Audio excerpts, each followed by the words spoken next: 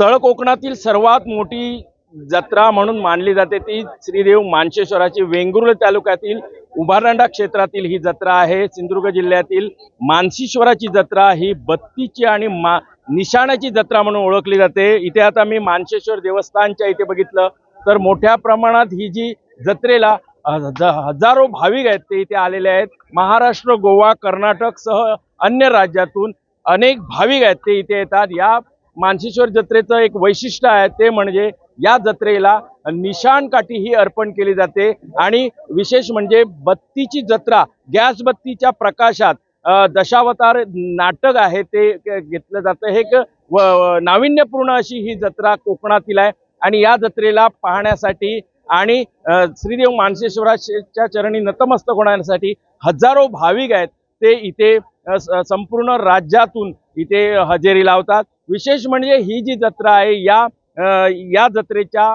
ठिकाणी कोणताही जो आवाज आहे तो निषिद्ध असतो, त्यामुळे मोठ्या प्रमाणात इथे भाविक येतात। नवसाला पावणारा असा हा मानशेश्वराची ख्याती आहे।